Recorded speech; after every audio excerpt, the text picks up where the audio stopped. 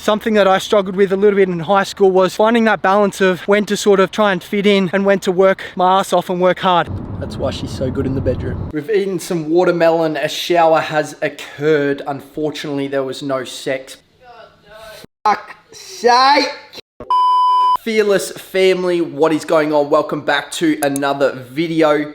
We've got a couple of hard training sessions today, which I'm going to take you through. I'm also going to take you through a little bit more of the nutrition side, as well as talking about sport-specific training, because it's going around a lot at the moment, especially on TikTok, Instagram. There's people biting down each other's necks. So I wanted to educate you guys as much as possible about what sport-specific training actually is and how to do it and how to get there, because there's a lot that goes on before you can actually get to that a little bit more sport-specific training. So welcome to the video. Drop a like, drop a subscribe if you are kind enough to do that, because we are chasing down that 500 mark. After we hit that 500 mark, we're going straight to 1,000, baby. So I hope you enjoy this enough to click that subscribe button. Let's get into today's video.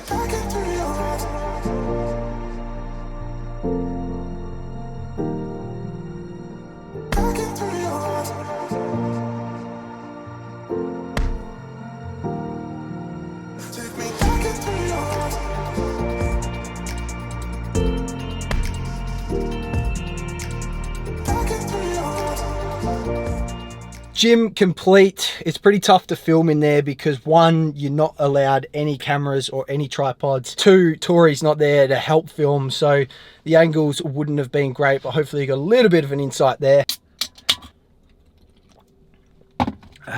Said it in my last video, if you haven't got on these yet, Lychee Cocoa Coast coconut water, not sponsored, just a recommendation.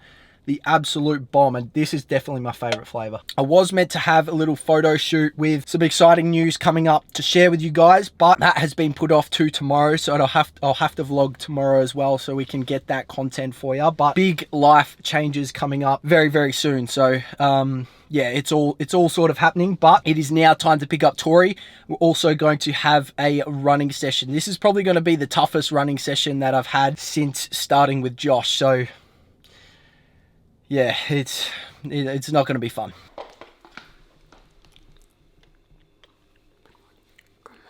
Good morning. We've just popped back home so Tori can get something to eat before she goes to the gym and I go to the running track to get my horrible running session done. I can't wait for it to be an hour's time, and then we're sitting up on the rooftop. Zoned out to the world. Getting some sunshine. It's windy too. Oh, it's just horrible running conditions. Just got to get it done. Let's roll. All right, so we're out here at the running track. Fair to say I'm very nervous. We've got a 2-kilometer time trial first up, which that's the thing I'm most nervous about, because I have been sick. I've only done one running session since coming back from being sick. I did a little off-leg conditioning session, HIIT sort of session over the weekend. So we're gonna see how we go today, but not expecting any personal bests. I'd like to be around the 6:30 to 6:35 mark, but we're just gonna see where we're at. We'll get stuck into a warm-up and then just get cracking into it. The sooner it's done, well, the sooner I do it, the sooner it's done. So let's get into it. Warm-up lap complete. Did that relatively fast. Cruisy pace 128, which normally I'm running around, I don't think I've ever got under 130 for just a warm-up lap. Like, I don't push myself in the warm-up lap. I just sort of go at a pace that feels relatively comfortable. So warm-up lap complete. Now let's get into the nightmare itself, which is this 2-kilometer run. Fuck me. I get more nervous here than I would for a grand final, for any training session, for any footy session. So let's just do it.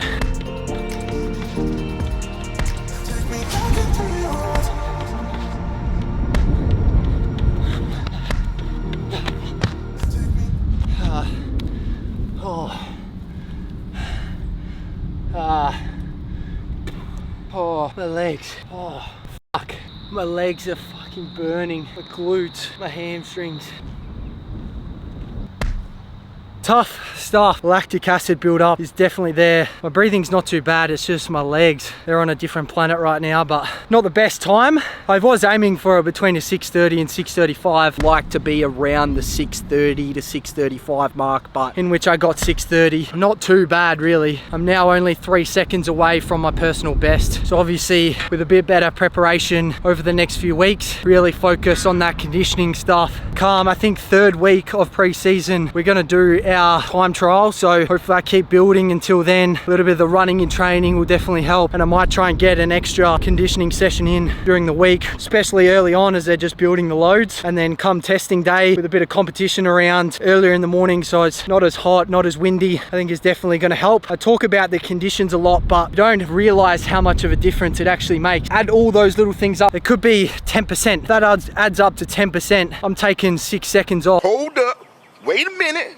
Something ain't right. And then that's a PB. You never know, those marginal gains is what we're going for. Now Josh has got me doing tempo 1 kilometer runs, so I don't know how we're going to go with these 1Ks, especially after that 2 kilometer time trial. I'm probably going to say around between 325 to 340, 345, I don't know. Josh, I don't know if you've ever ran a 2 kilometer time trial flat out and then tried to go 1 kilometer if it's flat out, but fuck me.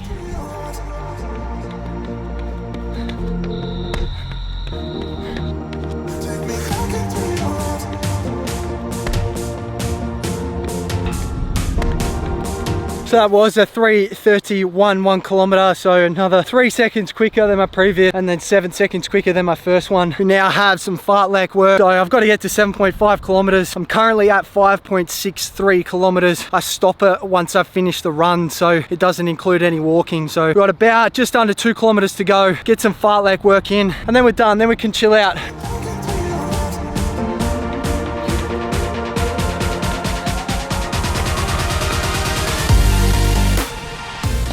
Running sesh complete. Something that I struggled with a little bit in high school was finding that balance of when to sort of try and fit in and when to work my ass off and work hard. And I don't feel like I worked hard enough during high school because it wasn't cool to try hard and do your best. So if you're out there and you're in high school and you're trying your ass off, and you might get a few comments here or there by your peers, your so-called friends, and if they are making those comments, that's coming from a place of jealousy. So don't be afraid to continue to push and find ways to improve yourself, because that's what's going to get you towards your end goal. How did we go, brother? Actually really good. Really good. Didn't feel like going, but No, it didn't. And it's always the ones I don't feel like going, it's always the ones that I do PBs. PBs. What'd you hip thrust? 200 for 3. What? 200 kgs. 95 for 15. That's why she's so good in the bedroom. I'm gonna talk to you guys on the balcony. Oscar boy. Yeah. Why is he scared? Where's your ball? Where's your ball? Where'd it go?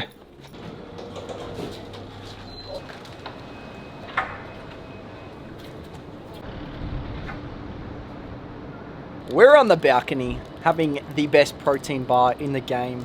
Greenback. If you want a sponsor, just hit me up.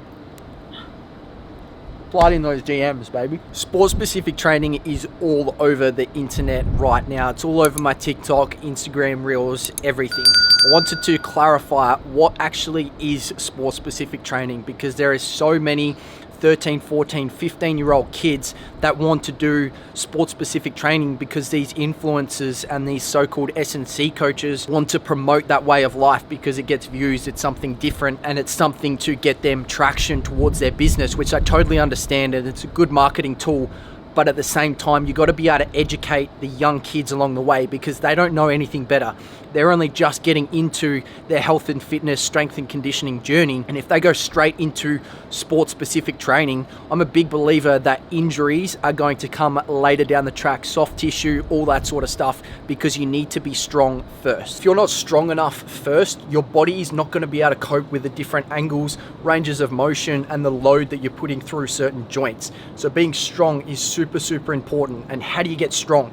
You get strong by doing a lot of compound movements, which includes your squats, RDLs, deadlift, bench press, overhead press, bench pull, chin ups, all the body weight sort of stuff. Like, you got to be competent within that first before you start to move towards more sports specific training. And then once you are competent within the body weight exercises first, and then progressing into the compound movements with weight and load, moving through different speed and intensity ranges of motion, all that sort of stuff. Once you've been able to tick all those boxes, which takes years, might I add.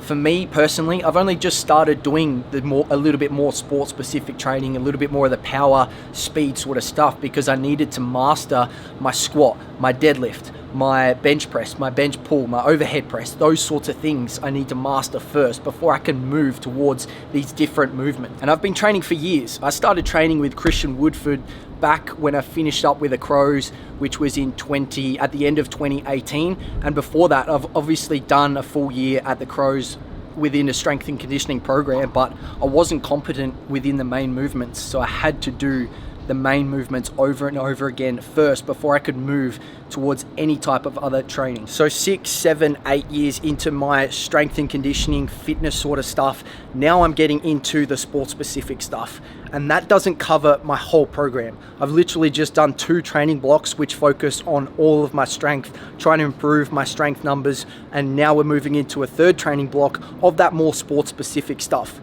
But still, we still include all the compound movements. It doesn't get removed from the program. So when you see TikToks and Instagram reels that say, don't do a bench press, do this instead. Don't do a chin up, do this instead. It's all bullshit, because you got to have a foundation first. And that is what pisses me off with those TikTokers and Instagram people that don't want to educate, because that is the number one thing that is going to cause long-term damage. Yes, it's doing great for their brand now and for themselves personally, but it's from a selfish perspective, because it's not educating the people that need it most, which is the next generation coming through that want to make that top level. So where to go to from here? Because I've told you all this information, but what do you actually do? What actions do you take? Who do you listen to? What I would highly recommend is you find yourself a strength and conditioning coach to work one-on-one with. If you're 12, 13, 14, coming through the ranks and you want to do some stuff, it's important to find out how to move properly within the gym. All right, that is number one. Movement quality is number one. If you don't have that down pat and you go straight towards these sport specific movements, you've got 0 chance of being successful. So number one, find that strength and conditioning coach you can do at least 10, 20 sessions with one-on-one to focus and nail down those movement patterns. Once you've done that, it then becomes down to your programming. You need to have a certain program. You can't just program for yourself. You need someone that's above you that can make that program for you. I work with a coach myself, and I will for the rest of my career, because it's so important. If I don't have a coach, I'm not giving myself the best opportunity to perform at the highest level. Then when you get into the programming side of things, your programming should still include the basics, the fundamentals, the things that work. It should include the strength stuff. It should include hypertrophy, which is muscle building. It should include some different movements that are going to help increase your power output, your speed, and also translate onto the field. It's not all a one-size-fits-all approach. Every individual is different, which is why it's so important to have a coach, because everyone's at different stages within their career. Some people want to work on their vertical jump. Some people, like myself, want to work on their speed, their acceleration sort of stuff, which is why that program needs to be individualized to the person. But the core of your program is going to be very similar to the next program, because we all need the stuff that works. And the stuff that works is your squat, your deadlift, your bench press, your bench pull, your chin up. Those are the basics. They're going to take you to another level. So if you are looking for someone to help you out in this area, I've just finished my strength and conditioning course. I've got my personal training background, and I've been training since I was 15, 16 with a coach. I am now 23 years old, so that's 8 years with working with someone one-on-one or in a AFL elite program. So if you're wanting someone to help you out, I've got a lot of experience in that area, and it's something I'm going to be focusing on with my clients over the next 12 months, and there's going to be a little bit of a shift in that direction. So if you're wanting some help, comment down below or send me a message on Instagram. That would probably be the best way.